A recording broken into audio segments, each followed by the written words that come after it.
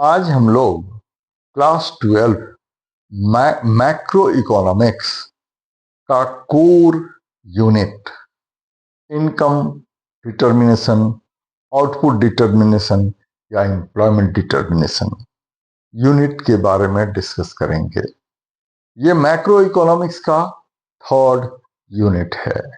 इस third unit के अंदर 3 चैप्टर्स हैं, चैप्टर नंबर 7, 8 और 9। थोड़ा मैं बता दूं कि ये टॉपिक जो हम लोग डिस्कस करने जा रहे हैं ये बेसिकली वो संदीप गर्ग की बुक से परबेस्ड है।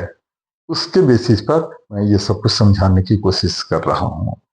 अब ये जो एग्रीगेट, ये जो थर्ड यूनिट है इनकम, आउटपुट और एम्प्लॉयमेंट डिटर्मिनेशन, अभी मैं कुछ ऐसे टॉपिक डिस्कस करने जा रहा हूं जो इसके बैकग्राउंड से रिलेटेड है। मतलब उस पर एग्जाम में क्वेश्चन तो नहीं आएंगे, बट उनको समझ लेने से ये यूनिट समझना बड़ा आसान हो जाएगा। ये यूनिट अभी अभी हम लोग समझे कि मैक्रो इकोनॉमिक्स का कोर यूनिट है, अपेक्स यूनिट है। पूरा का पूरा मैक्रो इकोनॉमिक्स इसी के सराउंडिंग में है। ये है national income determination, output determination और एम्प्लॉयमेंट डिटर्मिनेशन। तीनों का मतलब एक ही होता है। नेशनल इनकम का लेवल वहां डिटरमिन होता है जहां एग्रीगेट डिमांड और एग्रीगेट सप्लाई इक्वल होते हैं। ये एग्रीगेट डिमांड और एग्रीगेट सप्लाई जहां इक्वल होते हैं वहीं पर equilibrium level of income, output और एम्प्लॉयमेंट होता है। अब थोड़ा सा इसके बारे में 2 अप्रोचेज हैं, ये समझ लेते हैं।